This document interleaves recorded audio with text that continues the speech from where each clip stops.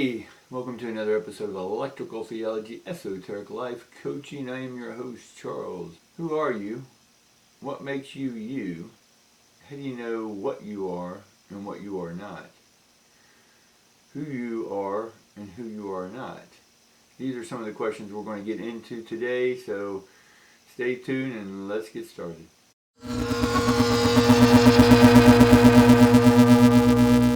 So as I introduced, guys, we talk about the supernatural, metaphysical, we talk about paranormal stuff, and some of that does include understanding who you are, what makes you you. How do you know you are you? How do you know that someone is not jumping inside your simulation, overriding your code, right? Maybe one day you feel and you are and identify with as a man. But then one day you have feminine tendencies. You cross your leg like a woman. You hold your hand like a woman. You're a little more, we'll call it flamboyant looking as a man. Now none of this is to offend. It's just to ponder and help you understand who are you. Right? Because a lot of you out there are questioning who are you? What makes you you? Right? The more individual you become, or individuated you become, the more you have an understanding of who you are and what differentiates you from another person and who they are, right? Some of us feel like we have energies in us from a past life. Others of us are in a shell that we don't feel comfortable with, right?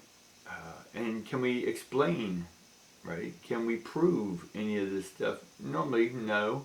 Not in our very limited scientific community mind, because the scientific community mind has their way of doing things. Doesn't mean it's right or wrong. Just because they say it's true doesn't mean it's a fact, right? And just because someone says it's a fact doesn't make it a truth, right? Because a lot of things on this planet we barely understand. Not to get into all the stuff we understand or don't understand, my philosophical point here, my downloads that I'm getting from my energies, and what makes me me is that I can inhabit different beings. I, in essence, am a timeshare for other entity beings. I allow them to come into me, into my consciousness, and see from my perspective. Some of them are what we would call females, some are males, some don't identify as either. Right? And one day I allow them to spend time with me, because I'm fully cognizant of what's going on the whole time. So I'm sharing space. Right? So let that word sink in. When you share space, right? It's not that someone's physically in the room next to you. Sure, we can share space with a friend and sleep over and all that good stuff. But what I'm talking about is true time share. There's entities and energies that want to share time with us. It doesn't mean they're possessing us or taking us over or make us do evil things or burn houses down, right? I'm not to say that there aren't some energies out there, and if you give in to them, then you lose who you are. Makes sense? So in certain times when I allow myself to feel, I have to be open enough to feel what is inside me. That's part of the time share. They get to spend time with me, and they get to feel my masculinity. I get to feel their femininity. Right? Now, we can say these beings from different dimensions, different realms, different planets. Again, are they possessing me? No. The energies are, we are in a time share or multiple times. They can share my space and then observe and then report. They go back through the portals and then report what they saw and experienced and felt and all that good stuff from a human experience. As I then am allowed to share time with them on theirs. Right? I don't possess them, right? Some people are like, what's different with you today, right? Or the other person that's sharing time with me, and I'm in their space, wherever that space is, and I'm excited, I'm thrilled to go, oh my God, what's that?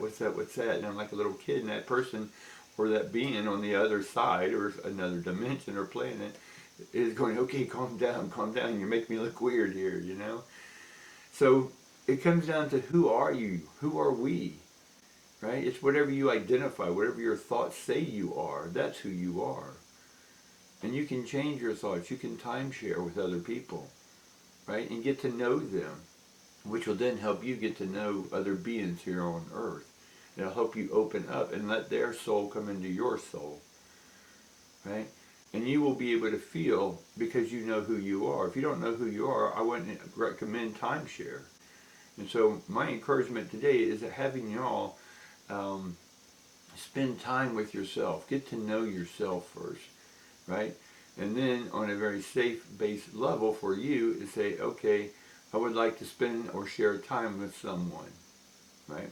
Now again, if your thoughts are me like, oh my God, they're going to take me over, or this guy's pushing for aliens to take over our bodies, again, you're not ready, right? It's no different than you taking a stranger in Airbnb and sharing your home with them, right? You're sharing space, and if so, you're sharing time in the space-time continuum. Or this is allowed to happen because we are in a simulation. And the whole idea of getting to know you is getting to know others. By knowing yourself, you get to know others. All right, guys, that's what I got for you today. I appreciate you hanging in there and listening to these wild things. So if you are having difficulties that maybe you feel you are possessed, leave me a comment down below and then let's have a discussion. All right, guys? And tickle those algorithms, like, subscribe, share, all that, notification bell, guys. Appreciate you and love you.